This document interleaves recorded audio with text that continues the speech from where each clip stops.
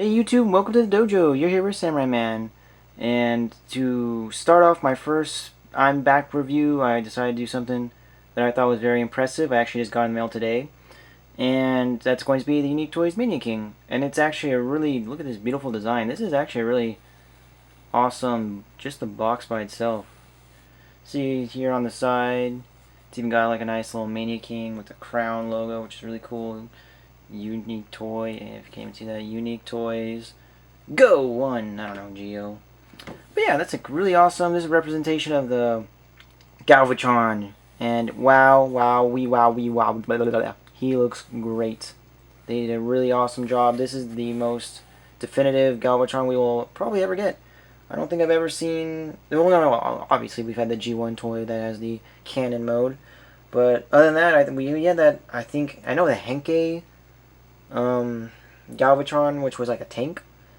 Cool, but you know, this is definitely better. So anyways, there's the box. Looks really nice. I mean, the box alone is hefty and beautiful. So let's put that away. It also comes with this, really awesome looking card. Let me turn on my next light. Ta-da! So yeah, this is a really awesome picture that they got going on. On the back, you got the stats. He's all beefed up. All the stats are pretty much full except for a couple. But even the way they're only down by one. But anyways, we're here to see this beautiful machine. So, what is this guy got to offer? You can see the beautiful paint job. They actually just announced they put up pre-orders for a more cartoon accurate color scheme. Pretty much all it is this is a lighter gray. This is white right now, but the more cartoon accurate version will have this is gray. This gun barrel will all be orange, and then this highlighted metallic will be silver, more like a chrome. So that's a little more accurate. I was a little disappointed at first, just because I had just bought this, and I was like, wow, seriously, like 2 days after I bought it, they announced the more accurate version. But this is still beautiful. This is fantastic. This is beautiful. I love this. Maybe I'm thinking about maybe getting repro labels just to make this orange. But even if I don't, this is still a fantastic figure. I mean, it is just beautiful. One complaint about this mode is here's his face. You can totally see his head right there. I turned it around. And the instructions don't even tell you to turn around. I just turned it around just so you can maybe hide it a little better. These treads here, they do swivel. They're on a nice hinge. And then this one, well, it's not a tread, but the back compartment, it does move as part of transformation. Just kind of like a stand, so you can get to stand, because if you just had these two, it could probably hold it, but this is just nice support. But yeah, this is very, very beautiful. I very much love this cannon mode. The reason I started the mode, or the video in this mode, is because transforming them in this mode is very difficult. It's very tedious to get some of these, like especially this part, this component, in to snap in together properly, and it's much easier to go from this mode to robot mode. So I'm going to do that. Anyways, let's go ahead and transform. So to start things off, we'll go ahead and pop off the back of the cannon. We'll put that away, use it for later. And then we'll pop off the front of the cannon and put that away and use it for later. And now we have a giant cannon, sonic blaster, and wrist mounted. And there's my phone talking. Anyways, so we'll go ahead and start with the feet and work our way up. Or down, or whatever. I don't know. It's kind of all over it. Actually, first what you want to do is split apart the whole midsection right here. As you can see, there's a tab right there that plugs in. Not plugs in, but like hooks in, I guess. Yeah, it is like a hook. So go ahead and do that. We'll take the feet, I guess flaps right here. Kind of want to just like open them up just to get everything out of the way. Let's get this all out of the way. Just make it a bit easier on ourselves. And then what you want to do is you want to pull out this whole white section. See how it comes out a bit? And then you want to rotate it forward. Let's see. Oops. There we go. Just rotate that forward. And obviously you want to do it on both sides. So let's see if we can get it going. There we go. So now that we have that done, let's see. This is going to be the front of the figure. So what you want to do is make sure the knees are facing forward, and then rotate the bottom half of the knees. So the flaps face forward. Rotate the foot, bring it around, and bring in the leg to fill it all in. And then what's really kind of difficult is you really have to take these tabs here and angle them properly so that they fit in together, because this can be one of those little tedious things I was talking about, but a little easier doing it into robot mode than to cannon mode. There we go. Okay, so I got it on that one. There you go. That one wasn't so bad. So we'll just rotate the foot, bring it on forward, and then this, let's see, we'll bring it on these side skirts just to get them out of the way. And we have almost the whole waist half oriented. So here you see the crotch plate is very much extended. What you want to do is it's on a hinge down here. So see that big ball part just goes in there right properly. Bring it back up on the hinge and then fold it down again. There we go. It's all come together. Just want to pull it forward and then pull up his whole head area, so that way it's facing forward or facing upward. And then see, bring this around here, and then we'll rotate the head. I don't think you need to rotate the head in the cannon mode transformation. I just do it just to hide it a little better, so you could just leave it like this when you're transforming it, but it's up to you.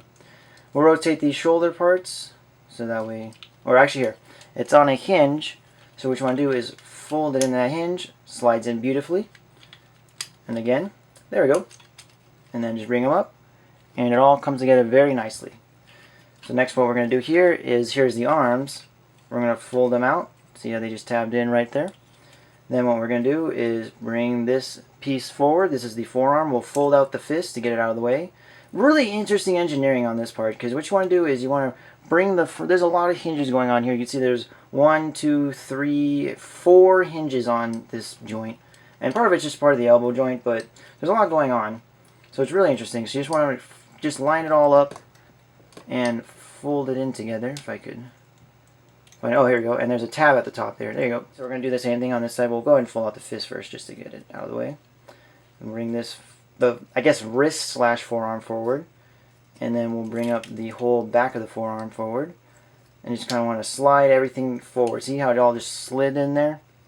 And then tab it. There's 2 tabs at the wrist that you want to fold in. There we go. Got it. Got it on the first try. We got the front oriented. Now, okay, we're going to take this. This is a lot of, again, another piece with a ton of joints in it. A lot of joints in, or a lot of hinges in this figure. So just collapse it all in. Collapse this there. We're going to bring it in. That's going to hide beautifully well in the abdomen. That's just going to hide. So we'll flip up the head just to get out of the way. Fold out the arms. You want to have them folded out so it all fits. Comes in like that. Tab in the arms at the shoulders. There we go. And then just rotate them so that they have the spikes facing upward, just like it should. And then these are just very nicely done joints. The joints are just so beautifully tight. Push the head back down. It's going to lock in. It's all locked in beautifully right there. We have this giant backpack we want to get rid of. So what we're going to do is just fold it forward like that. Slide the whole joint. Yeah, there we go. Okay, so we do slide it down. Then we just want to take this, bring it up. Oh, I totally forgot. Okay, you want to take at the, I was wondering why I wasn't standing. He's got some heel spurs. If I can get them out, they're just, there we go. Fold out the heel spurs. I was wondering, I'm like, why can't I get him to stand? So we just want to flip out these heel spurs.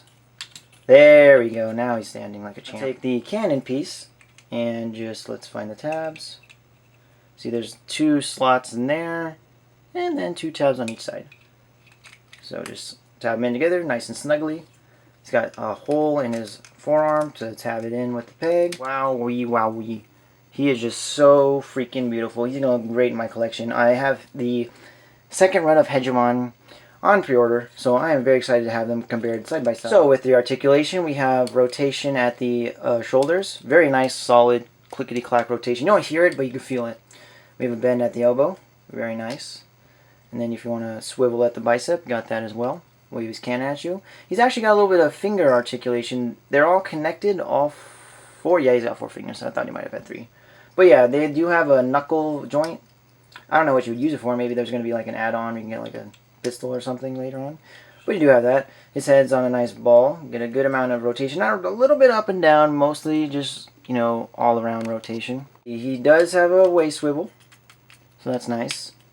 And he does have back and forth thighs a bit. They're a bit hindered by the skirts. I mean, you move the skirt and bring it out, that's fine. But the front one, you kind of can't really do much about it, just because the way this skirt is made, you can't pull it, or actually you can pull it forward, but it would just look weird. So you know how that is. And then, let's see, bend at the knee, it goes almost 90, just barely hindered there, but not a big deal. I mean, I don't see any poses I need with that much posability. But the ankles do have a tilt and a little bit up and down. And I will say one thing, I have heard that he is infamous for really bad, I guess, thigh and knee joints. I have not had any issues with mine. Mine are very solid.